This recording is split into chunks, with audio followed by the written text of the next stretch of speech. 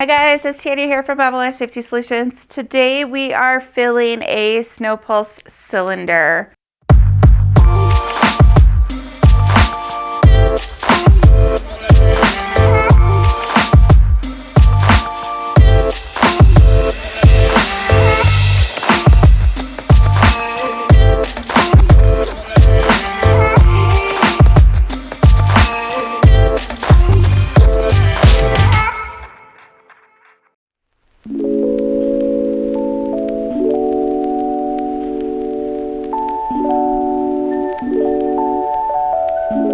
So the first thing we're going to do is check and make sure that we have all our tools that we need to do this refill. When you bought your cylinder, you got a 3-pack of burst discs. We're going to need that. We are going to need our trusty wrench, and we are also going to be using our trusty other twisty wrench. So right away we need to check and make sure this cylinder is empty before we start tinkering with it and unscrewing things. You can tell by the gauge on the front of the cylinder, it should be all the way to the left at the 0. You can also tell by looking in the top of the cylinder, the burst disc that's in there will have a hole poked into it. To access the filling port, we're going to take off this plastic cover.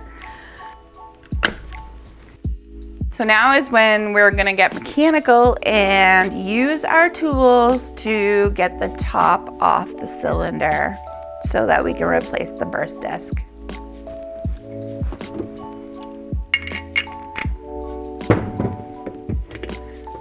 Okay, so I like to use the wrench to twist the cylinder and the twisty wrench to hold the cylinder still.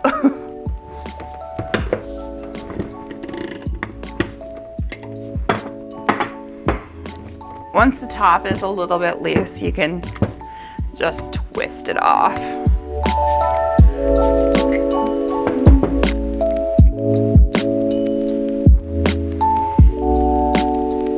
Excavate the used burst disc from the top. I like to just slam it on the table. Right now I'm just going to use a rag and clean off all the excess grease that's left over from the last fill up.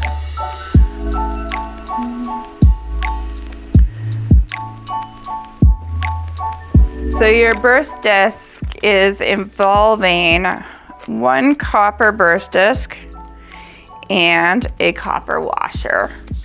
So I put the burst disc in the top first, and then I put the washer in.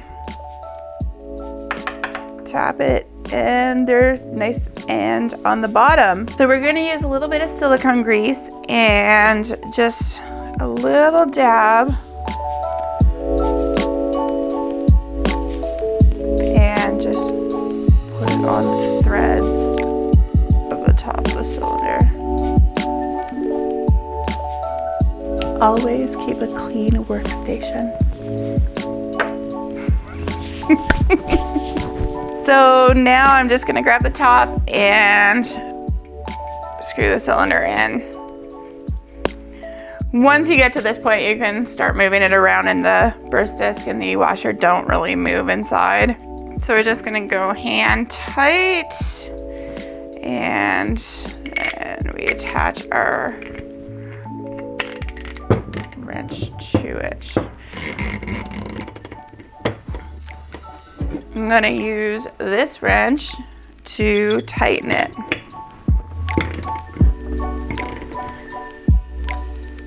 I would say that you are tightening it 3 times your hand weight. Okay, so now we're putting air into it. So the Snowpulse 2.0 cylinders refill to a pressure of 3,200 pounds.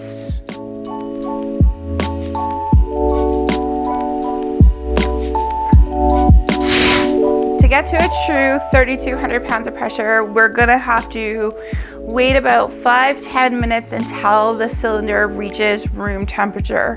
While it's cooling down though, we can put the top into water and just make sure that there's no air bubbles. Air bubbles mean that it's leaking. No air bubbles means it's perfect.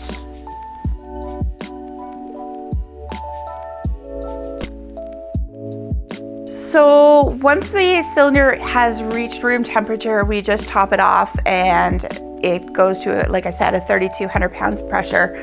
If you are out riding and you do notice that your gauge has moved a little bit into the blue, it's no problem. The whole reason being is it changes with temperature.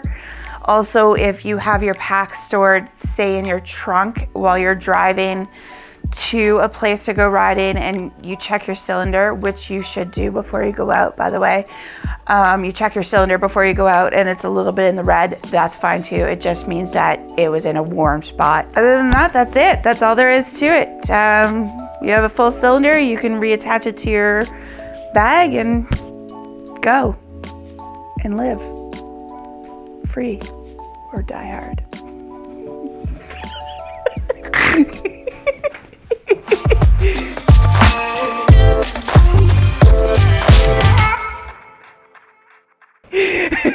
Best Christmas movie ever!